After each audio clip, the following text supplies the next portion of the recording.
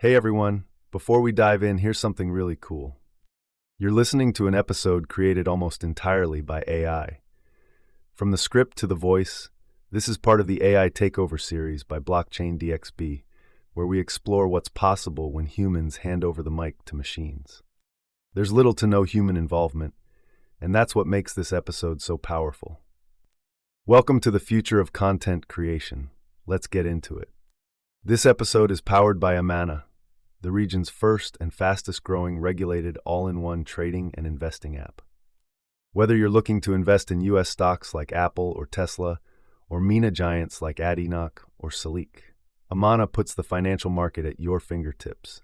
You also get access to gold, foreign exchange, ETFs, futures, and commodities. With over 375 assets to choose from, they've got the largest crypto selection in the region.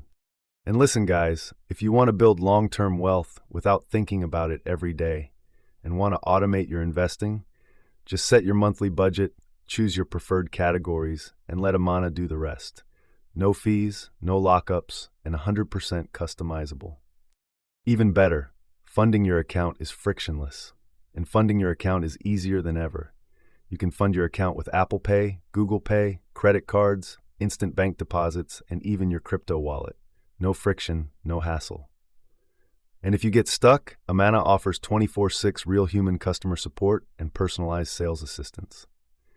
Because you're part of the Blockchain DXB community, you get an exclusive offer. Register with the code BlockchainDXB and make at least one trade to receive a $100 trading bonus credited to your account the following month. So what are you waiting for? Download the Amana app now. The link and code are in the show notes. Next up, Blockchain DXB is proud to be the official media partner for one of the biggest blockchain events of the year, the Blockchain Futurist Conference. For the first time ever, North America's leading crypto event is heading to the United States, taking place at the iconic Guitar Hotel at Hard Rock in Hollywood, Florida. Alongside it is ETH Women, happening simultaneously. Expect multi-stage panels, NFT galleries, DeFi showcases, tech demos, metaverse experiences, and more, all under one roof. It's where the smartest minds in blockchain, crypto, and AI will converge. Get 25% off tickets by using the code DXB25. And yes, I'll be there with exclusive live coverage, behind-the-scenes interviews, and spotlight features on groundbreaking projects. Mark your calendars, November 5th and 6th, 2025. Visit futuristconference.com and use code DXB25. Link is in the show notes. Next up, Blockchain DXB has two more interesting partnership news to announce. First up, with Future Blockchain Summit and Fintech Surge 2025. Blockchain DXB is an official media partner of Future Blockchain Summit and Fintech Surge 2025. Future Blockchain Summit is one of the biggest and oldest blockchain summit taking place in Dubai, going back to almost a decade, 2017 to be precise. The event takes place between October 12th to 15th at Dubai Harbour. This is where blockchain meets fintech to redefine the future of finance. 250 plus world-class speakers, 1,200 plus investors, live demos, product launches, and the exclusive invite-only GITEX Digital Assets Forum, all under one roof. From Web3 pioneers to fintech leaders shaping payments, banking, insurtech, AI, and DeFi, this event brings the entire ecosystem together. Startups, this is your launchpad. Get in front of top VCs, accelerators, and industry leaders. For blockchain and fintech companies, this is where connections turn into partnerships and dreams turn into exits. Register today at futureblockchainsummit.com. Don't just watch the future unfold, own your space in it. Remember, Future Blockchain Summit and Fintech Surge 2025. The registration link is in the show notes below, and see you at Dubai Harbour. Second partnership news kicking off from today is with the leading Bitcoin event organizers on this planet. And this year, Bitcoin Asia is taking things to another level. Bitcoin Asia are hosting a massive gathering this August in Hong Kong, and Blockchain DXB is proud to be an official media partner of Bitcoin Asia 2025. Taking place this August in Hong Kong, Bitcoin Asia is the region's premier Bitcoin gathering, where builders, investors, and innovators meet. It's really an honor for Blockchain DXB to be associated with Bitcoin Asia. Now at this event, expect powerful keynotes, bold conversations, and a headlining session with none other than Eric Trump. He will be sharing his vision for Bitcoin's long-term potential, its role in global finance, and Asia's massive impact on adoption, and a lot more. So listen up, guys. From infrastructure to regulation, privacy tools to lightning development, Bitcoin Asia connects global Bitcoin communities and drives innovation across cultures and markets. And as part of this partnership, you can register for the Bitcoin Asia using the code DXB. All the details are in the show notes below. If Bitcoin's in your blood, this is your event. So, register today at asia.btc and don't forget to use code DXB for 10% off your tickets.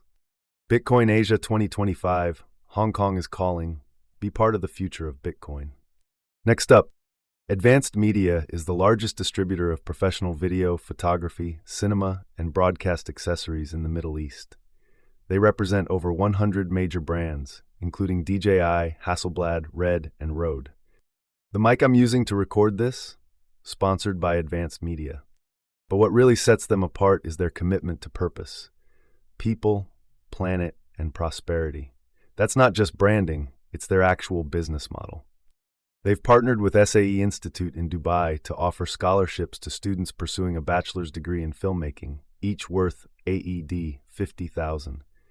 They also run regular workshops, training programs, and tech showcases across the region. For more info, visit amt.t, that's amt.tv. Finally, let's talk about something every crypto investor should take seriously: security. And that's where Ledger comes in. Ledger is one of the most trusted names in crypto security.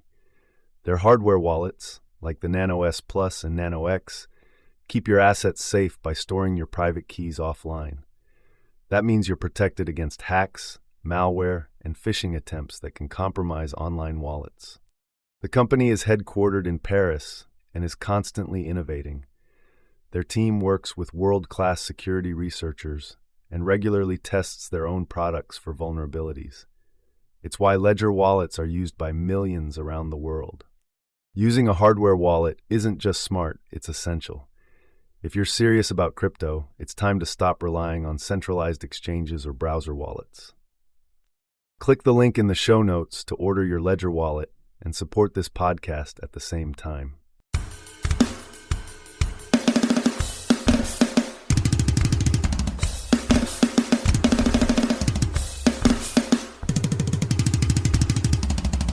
It's Wednesday, January 28, 2026. And I want you to picture something for me. You've got two screens open. On one, you're looking at the price charts. And on the other, just the mood of the market. Right. Because if you do that this morning, you're going to see this contradiction that is, frankly, driving me a little crazy. It is one of the strangest disconnects we have seen in a long time. The math just isn't matching the vibe. Exactly. Let's just look at the scoreboard for a second. Bitcoin is hovering right around $89,000. Mm-hmm. The total crypto market cap has smashed through that massive $3 trillion ceiling. I mean, if you told me 5 years ago we'd be here, I would assume we'd be, recording this from a yacht. Yeah, you'd expect champagne corks popping everywhere. But then you look at that other screen, the Fear and Greed Index. Where is it sitting today? It is stuck at 35. That's deep into fear territory. 35. So on paper, everyone's rich. But psychologically, everyone is terrified. And that's the tension I want to figure out today. Why is everyone walking on eggshells when the portfolio looks this green? That is the mission for this deep dive. We have to explain that friction. Because when you peel back the layers of the sources we have today, from the hallways of the Fed to, the state legislature of South Dakota, you realize this anxiety isn't about the price anymore. It's about something bigger. It's about who controls the plumbing of the entire financial system. And we have a serious stack of sources to get through to make sense of all this. We've got reports on what looks like, political warfare inside the Federal Reserve, a move by Tether I did not see coming, and this really sharp contrast between the UK and the UAE. Plus, we have to talk about the elephant in the room, or maybe the elephant in the boardroom. The event that's happening tonight. 10 p.m. Gulf Standard Time. The FOMC meeting. The Federal Open Market Committee announcement. That is the immediate catalyst for all this anxiety. Okay, so let's start right there, because usually these meetings are just about interest rates, up, down, or hold. Why is this specific meeting making everyone hold their breath? Well, first, you have to look at what the smart money is doing versus what, the retail crowd is feeling. You mentioned the fear index is high, Right. but let's look at the ETF inflows. I saw those numbers in the briefing.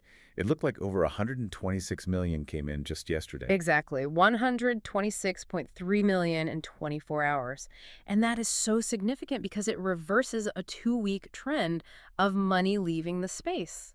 So what does that tell you? It tells me that while the average person is scared, the institutions are buying. They're positioning themselves. They're betting on the outcome of tonight's announcement. That's the bet. So what is the bet? What are the experts expecting to happen tonight? The consensus is nothing. Most analysts expect interest rates to remain unchanged. That sounds boring. Why would unchanged be a good thing? Because markets hate uncertainty more than they hate bad news. If the rates stay the same, the status quo is maintained, the uncertainty just poof vanishes. And prices go up. Typically, yeah, we call that a pump. Now, there is a small camp hoping for a rate cut. If we get a surprise cut, that's the blue sky scenario, and you could see a massive pump. And the flip side, if they hike rates. That's the disaster scenario. That would cause a dump. Yeah. But it's highly unlikely. Okay, but here's where I get skeptical. If it's just a standard rates stay the same meeting, why is there so much drama? Yeah. I mean, reading through the notes on the political situation, it feels like the Fed is becoming a battlefield. Oh, it is. We're seeing reports of genuine friction between President Trump and the Fed chair, Jerome Powell. Friction is a polite way to put it. This is a power struggle. You have to remember the Fed is supposed to be independent. Supposed to be? But Trump has recently appointed 2 governors to the board, and they are not being subtle. They are actively pressuring for rate cuts. Which feels so unusual for the Fed to be this openly politicized. It's becoming the new normal. But the deeper story here, and one of the sources really highlights this, is the rumor mill surrounding Powell himself. It's getting personal. I read this in the source material, and I had to read it twice because it sounded like something out of a tabloid. There's talk of an investigation into an office renovation. Yes. This is the narrative being pushed. The allegation is that there is an investigation into a renovation of Federal Reserve offices that's estimated to cost over $2 billion. $2 billion. For offices. I mean, unless they are insulating the walls with solid gold bars, how was that even possible? Well, that is the question the Trump administration allegedly wants to ask. The speculation is that they're using this renovation cost to launch an audit into exactly where those funds are going. It sounds like a political weapon. It's absolutely a political weapon. By painting the Fed leadership as fiscally irresponsible, you create leverage. You push for leadership changes. And the source material says there's a strong chance Powell could resign over this. Later this year, yeah. The pressure is immense. Wow. So when we ask why the market is fearful, despite Bitcoin being at 89 grand, it's not because they think Bitcoin is bad. It's because they don't know if the guy running the US dollar is going to have a job in 6 months. Precisely.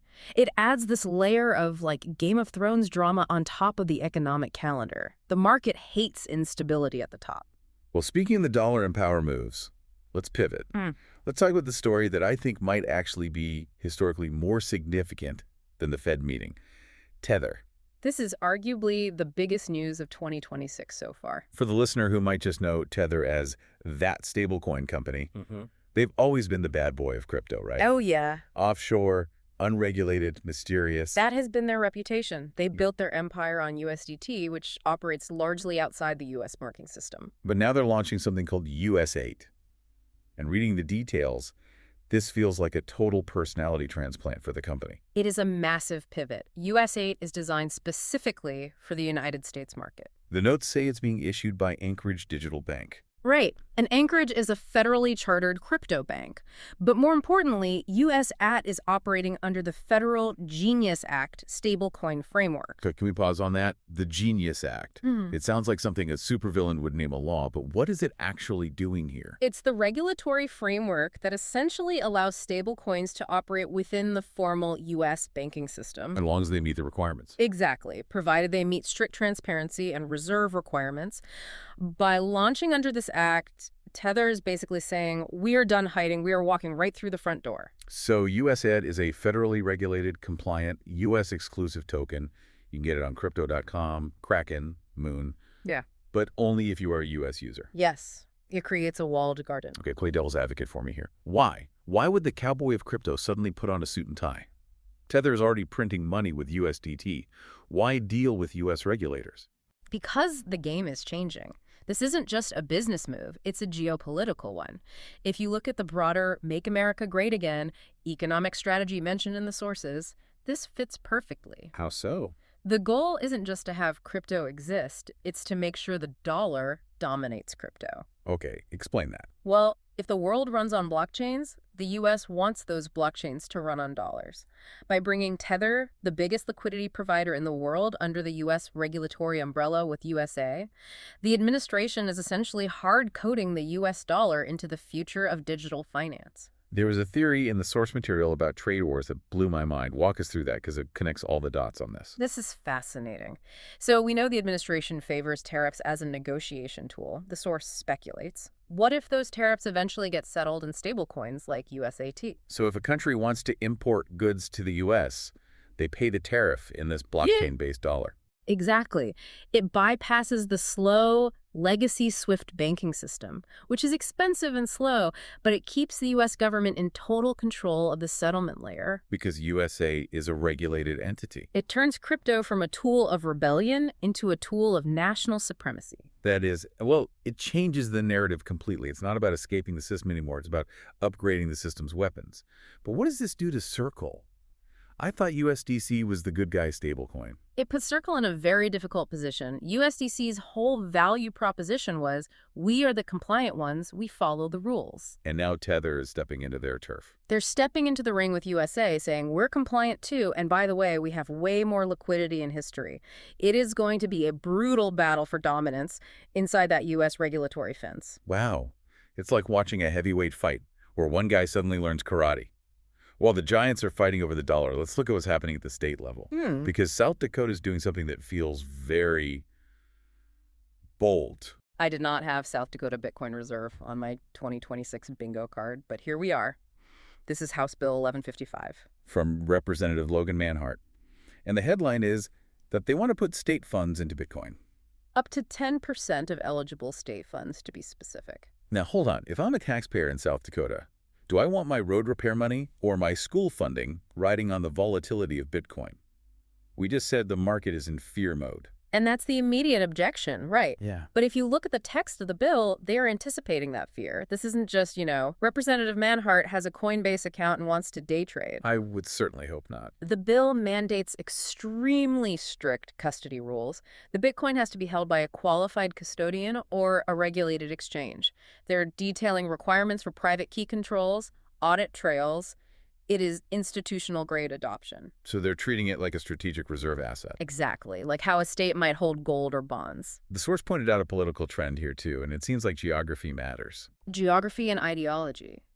It highlights a growing divide. You're seeing Republican-led states, red states, moving much faster to pass this kind of pro-Bitcoin legislation. Why is that? They view it as a way to attract capital, secure financial independence, and maybe hedge against inflation. Meanwhile, other states are still in a wait-and-see mode. Or a regulate and restrict mode, which actually brings us perfectly to our global tour. Because if South Dakota is pushing the gas pedal, the United Kingdom seems to be tapping the brakes. The UK is definitely taking what we call the watchdog approach.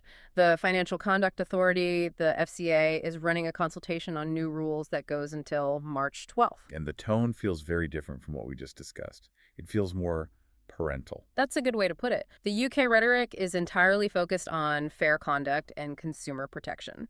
They aren't talking about winning a trade war. They're talking about making sure people don't get hurt. Which is valid. I mean, there have been a lot of scams. It is valid. Yeah. And one specific area they're targeting is credit for crypto purchases. Meaning borrowing money to buy coins. Yeah, right.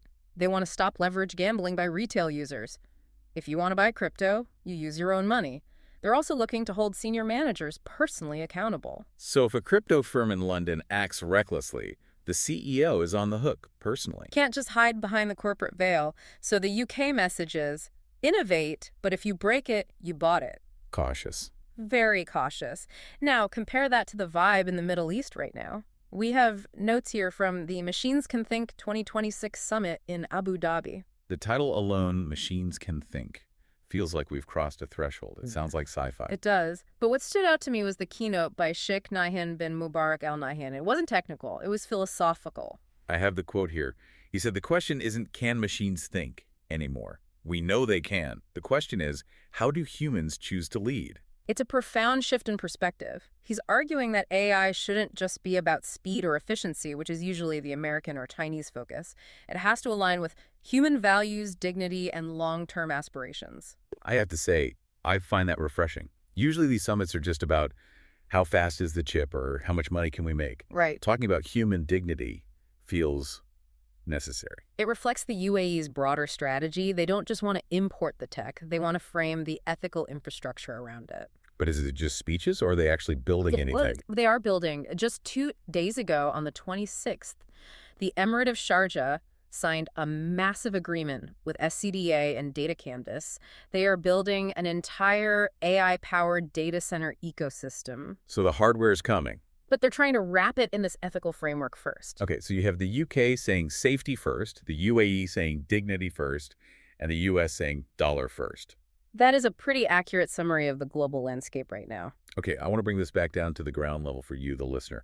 We're talking about billions of dollars in geopolitics. But we got a question from a listener named Lionel that I think cuts through all this high-level talk. Let's hear it. Lionel asks, with things like US, these regulated, government-friendly stablecoins taking over, does that kill the decentralized exchange? Does the DECX die? That is the billion-dollar question. It's the classic centralization versus decentralization debate. And his fear is valid, right? If all the liquidity moves to USA, and USA is only allowed on compliant platforms like Kraken, then places like Uniswap dry up. It's a valid fear. The money goes where the regulations are. The Wild West dries up. But when we looked at the numbers, the reality check was a bit harsh for the DEX fans, wasn't it? It was. DEX volume is a drop in the bucket compared to the centralized guys. Uniswap is doing about 2.17 billion in volume. Which sounds like a lot until you see that Tether alone is doing nearly 90 billion. DEX usage is roughly 36% of the mix, but in terms of raw volume, it's small. So is regulation the thing that kills DEXs? I would argue no. The real killer right now is user experience. Ah, the clunky factor. Exactly. I mean, think about using a DX in 2026. You have to manage your own keys, worry about gas fees, understand slippage, approve smart contracts. It's high friction. It's like using the internet in 1995. My mom isn't going to do that. She wants a buy button. She doesn't want to manage a seed phrase. Precisely. And that's where stablecoins like USA have the edge. They offer a seamless, integrated experience inside a banking app or a major exchange. And that institutional money that South Dakota is moving, they aren't going to tolerate a clunky UI. They want safety and ease. So the DX becomes a niche for the purists. Unless they solve the UX problem, if DDX can become as easy to use as a banking app, they have a chance. But right now, convenience is winning over ideology. That feels like the theme of the day. Convenience and control winning over chaos. So let's try to wrap our heads around the state of the world this Wednesday, January 28, 2026. It's a world of massive contradictions. We have the Federal Reserve, the most powerful financial institution on earth, looking shaky, with internal scandals and political pressure causing actual fear. But at the same time, we have the rebels, companies like Tether, basically shaking hands with the U.S. regulatory system to launch USAT. And you have South Dakota treating Bitcoin like gold bars for their state treasury, while the UK tries to wrap the whole industry in bubble wrap. And meanwhile, in Abu Dhabi, they're building AI centers while asking us to remember our human dignity. It's a lot to process, but here's the thought I want to leave with you, the listener, specifically regarding that USA news. So go for it. We spent the last decade talking about how crypto would separate money from the state. Yeah. That was the dream, right? Stateless money. Decentralized power. Right. That was the pitch. But if the end game is that international trade tariffs are settled in a U.S. government-regulated stablecoin, have we actually decentralized anything? Or have we just digitized national power? Yeah, that hits hard. We wanted a revolution, and we might have just built a better transaction layer for the status quo. It raises the question, is the crypto revolution disrupting the system, or is the system just upgrading its software? A chilling but necessary thought to end on. Listen. The market moves fast. That Fed announcement is happening tonight, so by the time you hear this, the charts and the rumors might look very different. Keep your eyes on the inflows and watch the rhetoric coming out of D.C. Stay tuned, stay curious, and we will catch you on the next deep dive. Goodbye, everyone.